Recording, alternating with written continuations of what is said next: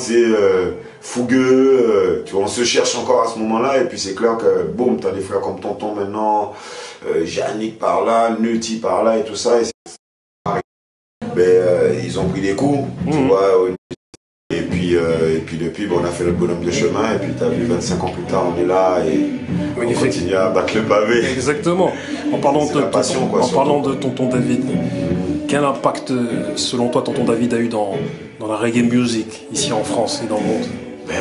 Lui, il a vraiment, comme les Jamaïcains disent, c'est un trendsetter, c'est-à-dire que lui, il a vraiment pavé le chemin aussi. Il nous a montré justement que la musique du ghetto, des cités, de reggae music a souvent été cataloguée comme une musique soit subversive, parce que bon, des grands frères aussi comme Mosaya, tout ça, Tonton à l'époque aussi, ils ont pris des coups, tu vois, au niveau des péniches et tout ça, quand Babylone débarquait dans les péniches, son système, machin, être rasta, c'était pas forcément simple à ce moment-là, donc ils ont quand même réussi à démocratiser, puis à déghettoiser aussi et à faire accepter une culture que les gens ignoraient ou qui diabolisaient à un certain moment, et réussir à ramener ça quand même dans les chaumières. Parce qu'on a vu David Tonton dans toutes les grosses émissions de Navarre et je sais pas d'où, et c'est clair que ça a été aussi perso, moi son texte Peuple du Monde par exemple,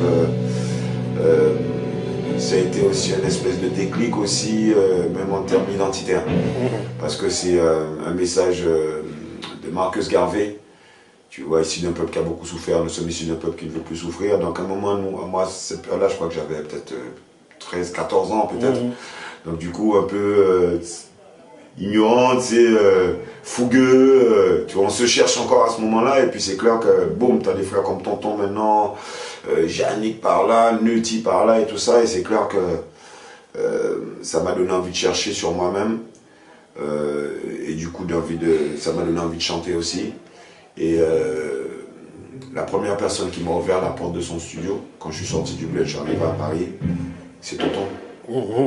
C'est-à-dire j'arrive chez un pote, il m'invite chez un poton, il m'invite à bouffer, tout ça, et il habite à Romainville.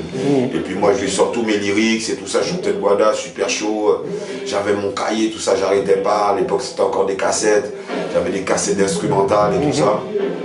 Et puis à un moment, il me dit, ah ouais, ça, tu kiffes de faire ça? Attends, je vais appeler un pote pour toi.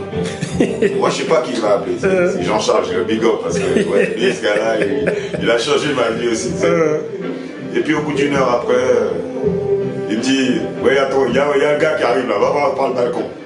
Et puis je vois un gros duet qui sort d'un taxi, Tonton, j'ai dit non, direct, il est monté, j'ai commencé à l'enchaîner, à chanter. Il m'a dit, c'est quoi, tranquille, passe me voir la semaine prochaine. Il était à Champigny à l'époque. Et puis il m'a transmis beaucoup de choses, et au-delà de la musique. C'est-à-dire, il m'a dit, ouais, tu sais, avant de faire tout ça, prends le temps de passer ton bac, concentre-toi sur tes études. Il était déjà bienveillant comme ça. Voilà, il a été vraiment bienveillant. C'est pas genre, ah ouais, t'as un peu de talent, voilà, on va faire des trucs. Non, il me demandait toujours comment ça se passe avec ma famille, dans quelle situation je suis, de prendre le temps de construire mon truc, de pas dilapider mon énergie comme ça. Donc, c'est toutes ces choses qui m'a transmis en fait. Et même si bon, j'ai fait une ou deux maquettes chez lui, on n'a pas sorti quoi que ce soit, mais je sais que ce qu'il m'a transmis, c'était la base, quoi. Tu vois, qui fait que bon, ben ça m'a, tu vois, ça m'a inspiré et mis en confiance, tu vois, quand tu es validé par un grand frère comme Tonton. Et j'ai dit, bon, vas-y, petit frère. Et après, j'ai rencontré des frères comme Jamaïque, Féfé, et tout ça. Donc, c'est mes grands. Et puis pour moi, c'était comme si tu touchais ton rêve du doigt, quoi. Tu vois, on arrive un peu blédard, tout petit. Et puis on se dit, ouais, ces gars-là, on les voyait. Mais toujours d'ailleurs, hein, c'est-à-dire mon regard envers eux n'a pas changé, même si, bon, ben, j'ai fait un bon bonhomme de chemin entre-temps. Et voilà, ça reste toujours mes grands frères et qui m'ont donné envie de faire ce que je fais aujourd'hui. Et qui m'ont permis d'être ce que je suis aujourd'hui aussi. Voilà. On sait que le texte du premier, j'allais dire un single, mais à l'époque, le texte est tellement engagé que il avait même pas un format de single. Mais le texte de Peuple du Monde, on sait qu'il a été écrit par M. Soupa John. Soupa John de Crimi. Quel regard tu as sur ce Soupa John? Soupa John, pareil, ça fait partie des pionniers, quoi, des fondations. Soupa, c'est un génie. C'est un génie musical, et je pense que il a même pas été mis à sa vraie dimension, tu vois, pour tout ce qui... toutes ses contributions, c'est-à-dire que Soupa John, il est derrière Daddy Odd, il est derrière Tonton David, il y a beaucoup de hits, tu vois, il est derrière beaucoup de projets que les gens ne savent pas, tu vois. Exactement. Et c'est vrai que Soupa, c'est un génie, compositeur, producteur, beatmaker, chanteur, interprète, top liner, comme on a dit aujourd'hui, punchliner, c'est ça, long time. Mais Soupa John, voilà, lui c'est un genre de couteau suisse, un vrai génie de la musique, tu vois, et ça mais voilà, c'est des frères qui étaient comme des frères comme Pablo Master, tout ça, c'est vraiment eux qui ont mis les premières pierres à l'édifice, tu vois, avec les Pablo, avec les Daddy Odd, toute cette école-là, Human Unity, High Fight, tu vois, ben Soupa John, mais dans tous les studios, tout ça, t'entendais toujours parler de Soupa parce que lui, ça touche, il a vraiment ramené quelque chose de spécial. Et je pense que la couleur reggae français même, voilà, je pense qu'il a ramené une grosse contribution. Quoi. On peut dire que Soupa John, il a un peu donné le ton. Tu vois, après, il y a tous les frères de Raggadog, tout ça, qui étaient aussi là, les Big, les Mosaïa, ça, qui sont des très bons compositeurs aussi. Mais c'est vrai que Soupa, tout ce qu'il a touché, ben, ça a pété, quoi. Surtout à ce moment-là, que ce soit les sons de Daddy Odd, je crois qu'il a quasiment fait tout un album pour Daddy Odd. Pareil pour Tonton sur le blues des Racailles, il est omniprésent sur le projet. D'ailleurs, dans le morceau Peuple du Monde, l'intro c'est lui. Il y a plein qui le savent pas. Lyrics intelligentes pour contrôler la discothèque, tout ça. Welcome Tonton David, ça c'est Soupa, tu vois. Donc ouais, respect, on a eu la chance de collaborer aussi sur 2-3 projets, notamment sur un projet d'album à moi qui est sorti qui s'appelle Vive la vie en 2009. Et c'était assez marrant parce que je voulais que avec son grain et tout ça, je lui avais proposé de faire un truc où je voulais qu'il chante en créole. Parce qu'il vient aussi du bled. C'est ça. Et puis c'est vrai que je l'avais jamais entendu en créole. Mais je l'avais déjà entendu sur un son Zouk qui avait été un gros tube, je crois que ça s'appelait Dana. Mais là, il chantait quand même en anglais. Et là, je dis, vas-y, tu sais quoi, Soupa, là, j'ai un son là, c'est un son pour les femmes, je te vois trop, c'est toi, j'entends là-dessus, et je te vois chanter ça en créole, comme ça. Il m'a dit, ah ouais, Tiro. Ok, donc, tu vois, c'est le frère aussi très, très humble.